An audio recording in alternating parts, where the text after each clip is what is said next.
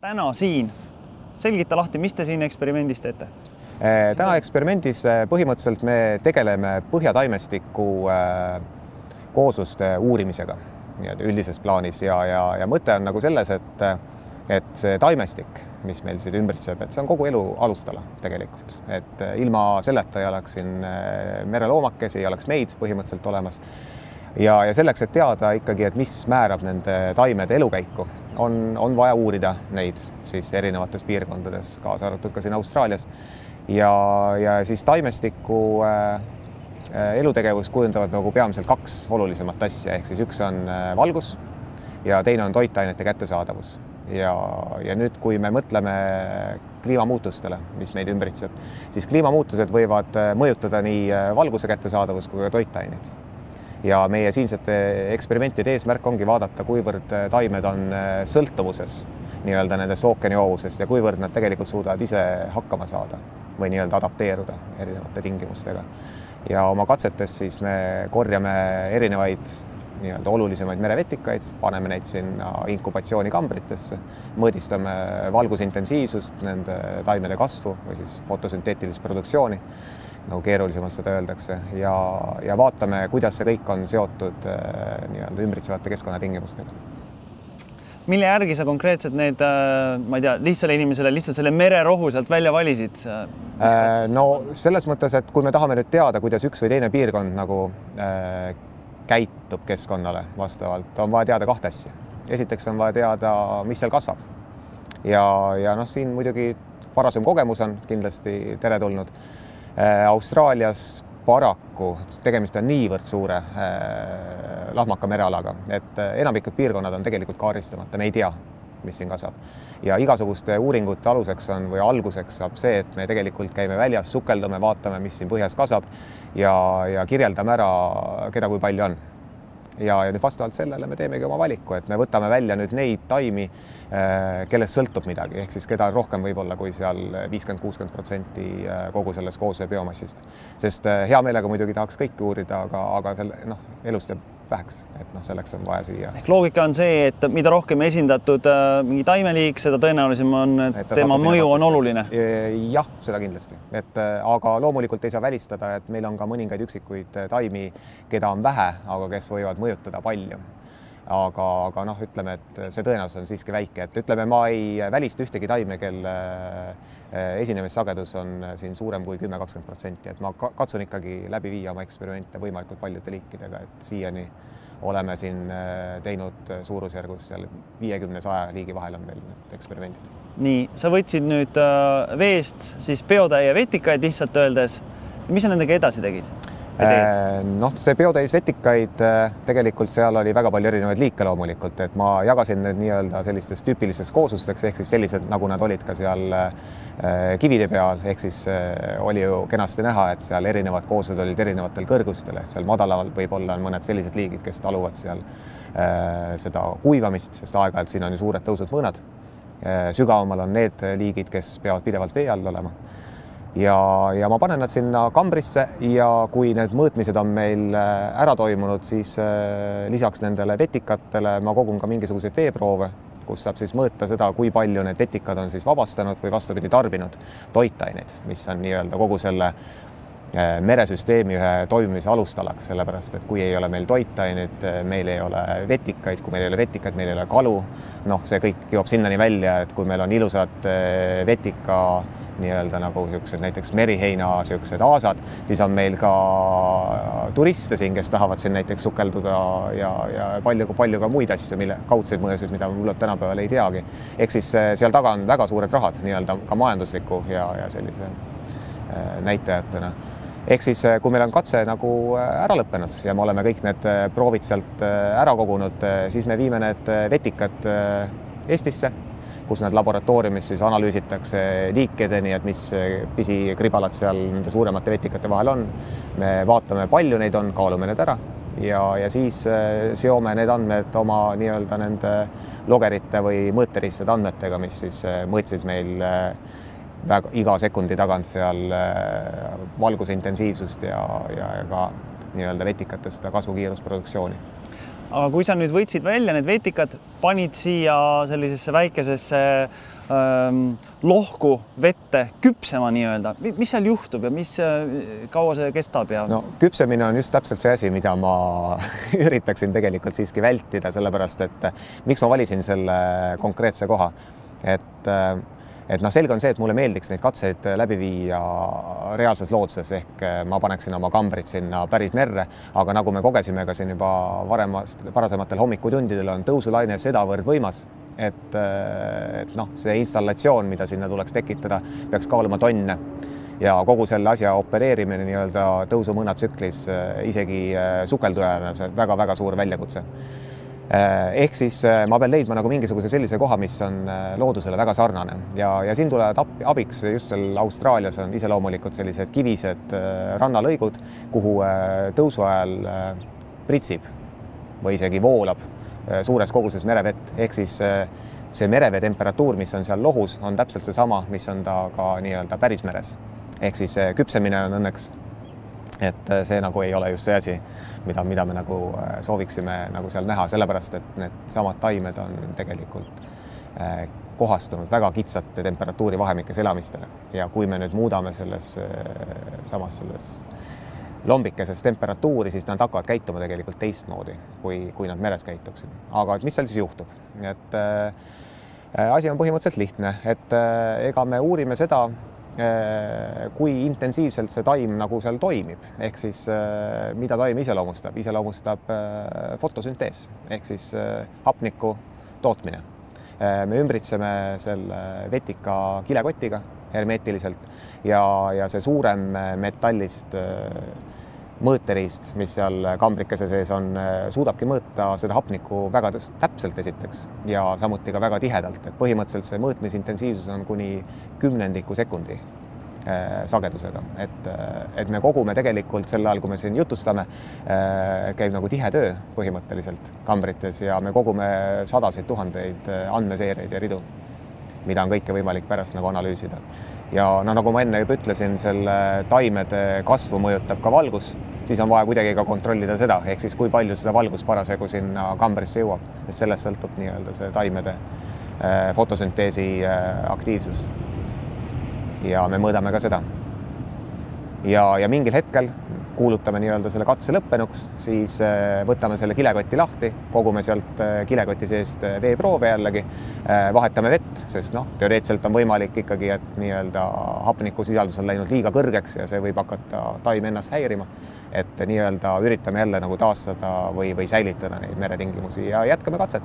Et põhimõtteliselt me oleme teinud seda katset selliselt, et oleks nii-öelda kogu ööpäevane tsükkel nagu kaetud. Et me teame seda, mis taimedega juhtub öösel ja me teame ka seda, mis juhtub nendega päeval erinevatel valgustingimustel. Kui suure territooriumi peal need katsepunktid laiali on? See geograafia? No selles mõttes... On see oluline? See on kindlasti väga oluline, sellepärast, et kui me tahame nagu rääkida globaalsetest asjadest, nähtustest, siis tuleks seda katset läbi viia väga erinevates biotoopides ja kliimavöötmetes. Et senini me tegelikult oleme, katta vist ei ole õige sõna, aga me oleme suutnud käia päris põnevates regioonides. Me oleme Austraalias suutnud sisuliselt Lääne-Austraalia põhjast lõunani läbi jalutada nende kambritega, mõõtnud nii koralle kui ka merevetikaid. Siin Ida-Austraalias on võib-olla neid mõõtmisi vähem tehtud, aga selles suhtes ka väga põnevas kohas, et see Solitary Marine Park on just täpselt selline ala, kus toimub üleminek nii-öelda parasvöötmelistest tingimustest troopilistele. Ehk siin on just see nii-öelda võtmekoht, kus võime tegelikult tulevikus näha mingisugusest kliimast tulenevaid muutusi, et kas ja kuidas nad avalduvad elustikule. Ja kui me lähme väljaspool Austraaliat, siis oleme mõõtnud ka Aafrikas, Lõuna-Ameerikas, natukene Kariibi regioonis, loomulikult Euroopa, kuna me Euroopas on ikkagi kogu see logistika on tunduvalt nagu lihtsam ja selgem, et siis Norra ja Soome, Rootsi, Eesti, Inglismaa, Šoti, et nii-öelda oleme teinud algust selle nii-öelda sellise globaalse arusaamise nimel. Kui vana see katse on? Kui vana see idee on, mida te siin püüate kontrollida? Kõik sellised head ideed tegelikult sünnivad peas siis, kui on aega. et noh, teadlaste elu on ka tänapäeval selline, et meil ei ole nagu seda, me ei saa ainult teadust teha paraku, et teadusbürokraatia on ka ja sellega tuleb tegeleda, kõik need projektitaotlused, kõik see, mis sinna juurde kuulub, aruandlus, see võtab päris palju aega ära. Ja kõige paremad ideed sünnivad siis, kui me ei pea sellega tegelema. Ehk siis, kui me oleme täpselt sellises kohas, nagu me praegu oleme, kus laine tuleb sellise mürinaga randa sul, et ta oma selle madalsagedusheliga kustutab peast ära kõik muremõtted ja tekitab uut nii-öelda inspiratsiooni. Ja see katse sündis tegelikult Guadeloupes. Et me olime seal, tegime seal merebioloogilisi uuringuid, meil oli ka üks konverents ja kuna see loodus oli sedavõrd fantastiline, siis loomulikult ei jätnud see ka muljet avaldamata meie nii-öelda ajurakukestele ja me disainisime välja ühesõnaga ühe katse, mida ei ole varem tehtud tegelikult looduses ja mis on oma olemuselt sedavõrd lihtne ja kerge, et seda saaks nagu läbi viia sellistes piirkondades, kus me ei ole kunagi käinud, mille kohta me ei tea tegelikult mitte midagi, et nii-öelda garanteerida selle õnnestumist nii hästi või halvasti, kui see on nii-öelda erinevates ilmastikuoludes võimalik. Ja oluline on ka muidugi see, et see varustus peab olema kerge. Ehk siis kogu see kohver kõikide nende raamide ja klotside ja adapteritega, see kaalub 13 kilo, mis võimaldab veel 7 kilo isiklikku asju kaasa võtta, arvestades nii-öelda lennufirmad kehtestatud piiranguid. Et see on jah, paar aastat oleme seda asja teinud ja me oleme nii-öelda ka muude tööde kõrvalt. Ehk siis näiteks, kui on kellelgi põhjust kuhugi minna, siis oleme võtnud nagu lisapäeva. Kui kaua need eksperimendid, need katsed siin Austraalias peaks veel kestma? Siin unistustes kas või? Unistustes. Et no tegelikult ma arvan, et selle praeguse mõõdistamisega, mis me siin nagu nii-öelda oleme just koht lõpetamas, on meil nagu üldine pilt tegelikult käes. Et põhimõtteliselt mõned päevad veel. Aga et selge on see, et iga uuring, see tekitab uusi küsimusi ja võt, ma ei oska veel neid küsimusi veel küsida, kuna ma ei ole lõpuni neid andmeid uurinud. Aga ma arvan nii-öelda, et me oskaksime nende andmete põhjal, mis me oleme kogunud, juba tegelikult vastata küsimusele, kuivõrd erinev nii-öelda mere osa suudab mõjutada seda meid ümbritsevat, et kuivõrd on põhja kooslused olulised, kuivõrd on planktoniliigid olulised ja kuivõrd tegelikult see kõik on ainult kontrollitud kliimamuutustest. Need hetkel veel ei ole päris täpselt selge, et mis selle teadmisega edasi saab?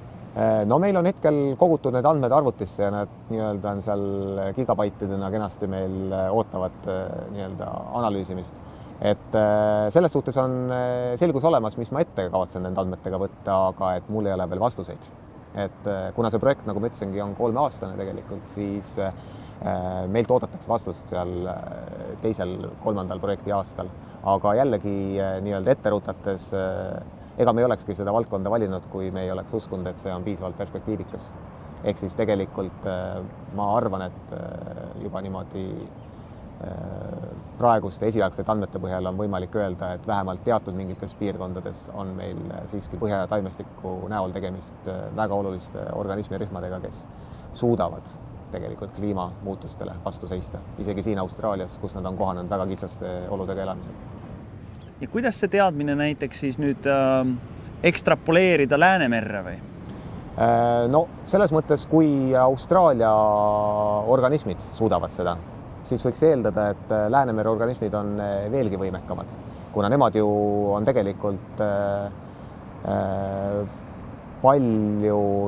enamate stressitingimustes igapäevaselt. Ehk siis Läänemeres on ju ühelt poolt see, et meil on soolsus madal, ehk siis loomad peavad pidevalt enesest välja pumpama üleliigset vett, mis neile rakkudesse voolab ja see pumpamine on energeetiliselt väga kulukas. Teiselt poolt meil on Läänemeres ju teada need hapniku defitsiidid, mis tekivad seal süvikutesse ja tegelikult viimastel aastatel ka madalates rannikumees, mida varem võib-olla ei teatudki nende olemasolust, siis meil Läänemeres on see talvine ja suvine temperatuuri suur erinevus ja samuti Läänemeri on sedavõrd noor meri, ta on 10 000 aastat, isegi vähem vana, et meil ei ole tegelikult oma liike, kes on nagu kohastunud sellega. Ehk siis ma arvan, et Läänemere loomad on veelgi nagu nii-öelda vastupidavamad ja nad suudavad nagu veelgi enamat. Aga mis on kindlasti ääretult oluline on see, et me teaksime ka, kuidas meie enda liigid käituvad erinevates tingimustes.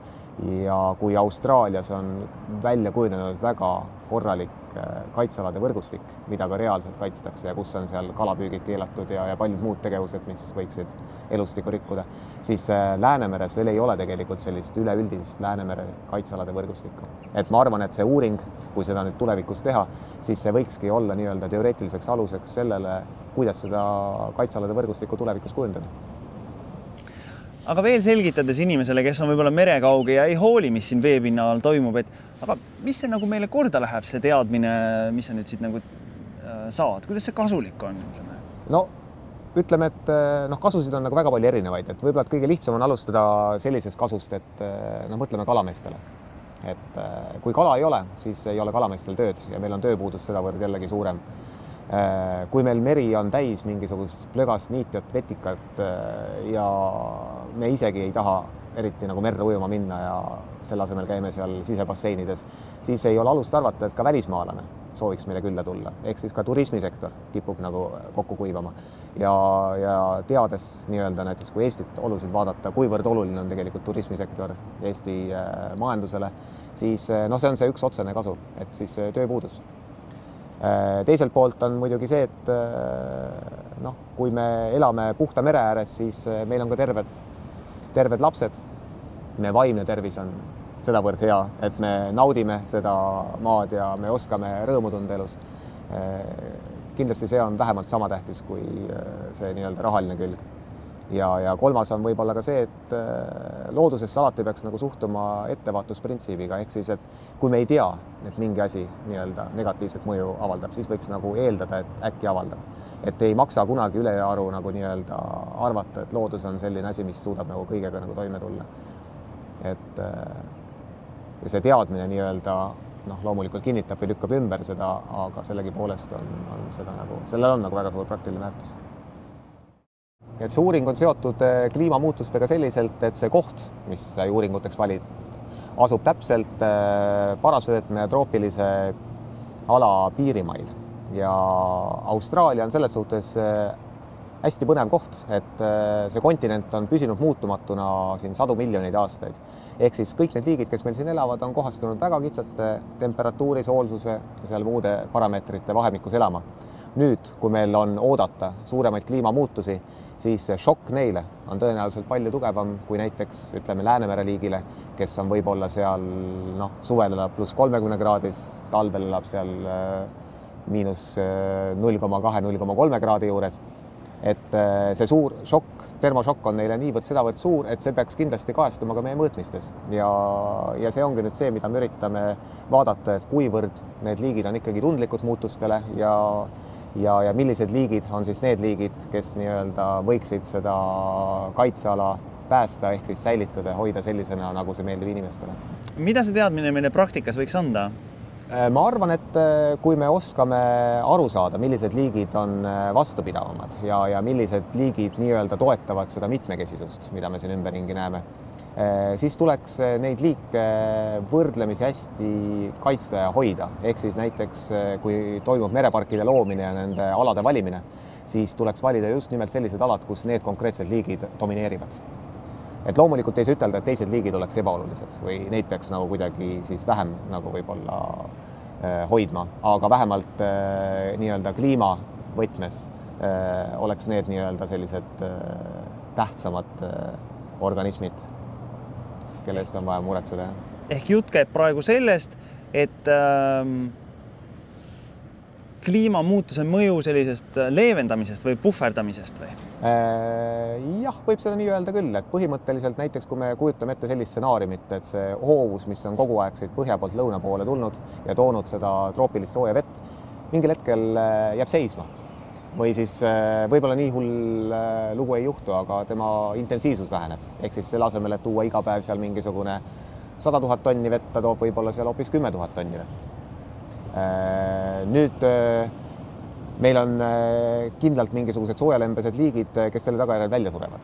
Ja mingisugused liigid, kes võib-olla on võimelised ellu jääma ja nii-öelda toetama kalade mitmekesiseid kooslusi siin delfiine, hülgeid, muid merelukkaid. Ja vot see ongi nüüd see asi, millele me peame nagu nii-öelda kontsentreeruma, ehk siis me peame leidma nii-öelda need tingimused ja need võimalused, mis meil siin nagu looduses olemas on ja hoidma neid sellisena, et nii-öelda äärmuslike kliimamuutuste tõttu me suudame siiski veel nii-öelda näidata, et meil on olemas see loodusväärtus, et see ei ole meil ära kadunud. Ehk kui me seda elustikku, taimestikku piisavalt hästi tunneme või ütleme, palju paremini kui praegu tunneme, siis me teame ka, mis on tähtsamad ja mida me kuidagi peaksime soosima näiteks kliimamõjude leevendamiseks. Just nimelt jah, ja siin on ka teised aspektid juures, et kõik need nii-öelda olulised taime loomaliigid, kes selles mängus kaasa mängivad, nad ei ole mõjutatud ainult sellest kliimasündmusest, et tõenäoliselt siin on ka muid aspekte, näiteks intensiivne kalapüük, võib-olla seal mingisugune merereostus. Ja kui me kõik need mõjud paneme üksteise otsa, siis võib-olla see hävitav mõju tuleks isegi suurem kui see, kui meil oleks tegemist ainult kliimamõjudega. Ehk siis, kui me nüüd teame, et vot jah, tõepoolest see on see liik, mis päästab nii-öelda meie rannikumere hävingust, siis me peaksime tagama ka selle, et kõik need teised tegurid, olgu selleks siis kalapüük või reostus või invasiivsed liigid näiteks, et nende mõju oleks viidud miinimumini. Kas teoreetiliselt saaks jutt ka käia tegelikult hoopis sellest, et kuidagi see meretaimestik, mida sa kordad kogu aeg, et on väga oluline, võiks ka mõjuda vastupidi, et näiteks temperatuure kas või vees kuidagi mõjutada? See on teoreetiliselt võimalik, aga seda pea ette ei ole uuritud. Et selge on see, et see mõju võib-olla on teatud mingisuguse ruumiskaalani, et ütleme, need põhjataimestikud kindlasti ei suudaks mõjutada, ütleme, kosmosetemperatuuri ja muid selliseid asju. Samas, kui me mõtleme natukene nii-öelda füüsikaliselt või et kuidas see valgus meid ümbritseb ja mismoodi ta seal nii-öelda keskkonna mõju avaldab, siis kui meil on tegemist näiteks tumedate põhjataimetega, mis on tüüpilised need pruunvetikaliigid, keda me siin näeme, siis selge on see, et kui nad seal olemas on, siis nad neelavad seda päikese valgust tunduvalt rohkem, kui võib-olla oleks valge liivane põhi, mis peegeldaks kogu selle valguse tagasi.